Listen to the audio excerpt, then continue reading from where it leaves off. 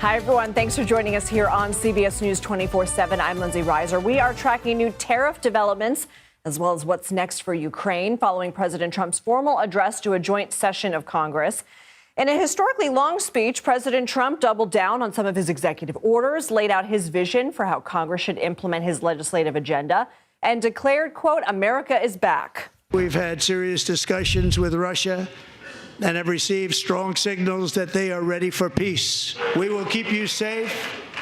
We will make you rich, and together we will take Greenland to heights like you have never thought possible before. The United States has sent hundreds of billions of dollars to support Ukraine's defense with no security, with no anything. April 2nd, reciprocal tariffs kick in. And whatever they tariff us, other countries, we will tariff them. That's reciprocal, back and forth. A CBS News poll out this morning shows 76% of the audience watching the address approved of the president's speech. The viewership was heavily Republican. Historically, a president's party draws more of their own partisans.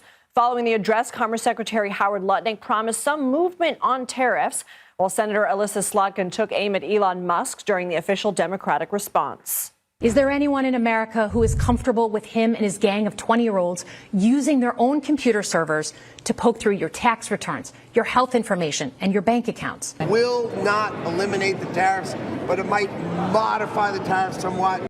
This afternoon, President Trump is meeting with the House GOP Freedom Caucus to discuss his agenda. Let's bring in CBS News White House reporter Olivia Rinaldi for more. So, Olivia, the president said he's tackling inflation, but economists say his new tariffs will likely drive prices higher. How did he justify these tariffs to Americans who are waiting for prices to drop? Well, Lindsay, it's good to be with you. We heard from the president last night talking specifically about these tariffs and what the Americans are going to feel as a result. And he conceded for what seems like the first time that there will be a squeeze on American pocketbooks and that it is going to be a little bit tighter on money given the result of these tariffs. Let me read you what he said last night. He said tariffs will go on agricultural products coming into America and our farmers starting on April 2nd. He said it may be a little bit of an adjustment period. We had that before when I made the deal with China, $50 billion of purchases. And I said, just bear with me. And they did. Probably going to have to bear with me again. So Trump conceding there last night that, look, there is going to be an adjustment period, and that's a little bit of a translation for high prices. Of course, Americans are already feeling that squeeze of high prices on everything from eggs to milk. Energy prices are certainly going to go up under these tariffs. Trump kind of forecasting, look, it's going to be a bit of a period where you're going to feel a little bit more high prices for a bit. President Trump and Canadian Prime Minister Justin Trudeau spoke about the new tariffs for just under an hour today. What came out of that conversation? Yeah, Trump confirming some reporting earlier today that he spoke with Canadian Prime Minister Justin Trudeau. This is as this trade war has really been ramping up. Trudeau had some choice words for Trump yesterday, where he said that it was a stupid move to start this. That's certainly something that's going to catch the president's attention. I'm going to read what he said in this Truth Social post. He said, I told him that many people, this is Trump's Truth Social post. He said, I told him, Trudeau, that many people have died from fentanyl that came over the borders of Canada and Mexico, and nothing has convinced me that it has stopped. He said it's gotten better, but I said that's not good enough. And the call ended in a somewhat friendly manner, he says. He was unable to tell me when the Canadian election is taking place, made me curious, like, what's going on here? I then realized he's trying to use the issue to stay in power. Good luck, Justin. Some frosty relations there with our northern border, our top economic partner as well. We should note that those elections are happening on Sunday in Canada. About their new prime minister. So it could be a new prime minister that we're dealing with when it comes to these tariffs. Time will tell.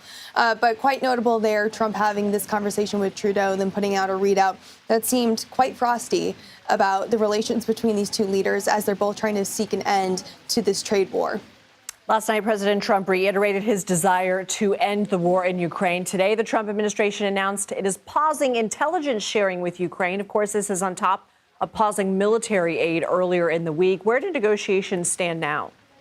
Certainly frosty as well over there. It's quite notable that we are not sharing intelligence anymore with the Ukrainians. Our intelligence leading up to the start of the war in Ukraine was so good that some reporting suggested that Zelensky didn't even believe that the invasion would happen, that we were forecasting that this would happen because that's how tuned in we are to what's going on the ground over there. This has certainly helped the Ukrainians throughout the entire war. So to not be sharing this information hurts them really at a detriment, and it's perhaps a bargaining chip to get them to come back to the table and sit down with President Trump and this administration and sign that critical minerals deal to give them some type of assurances as to the U.S.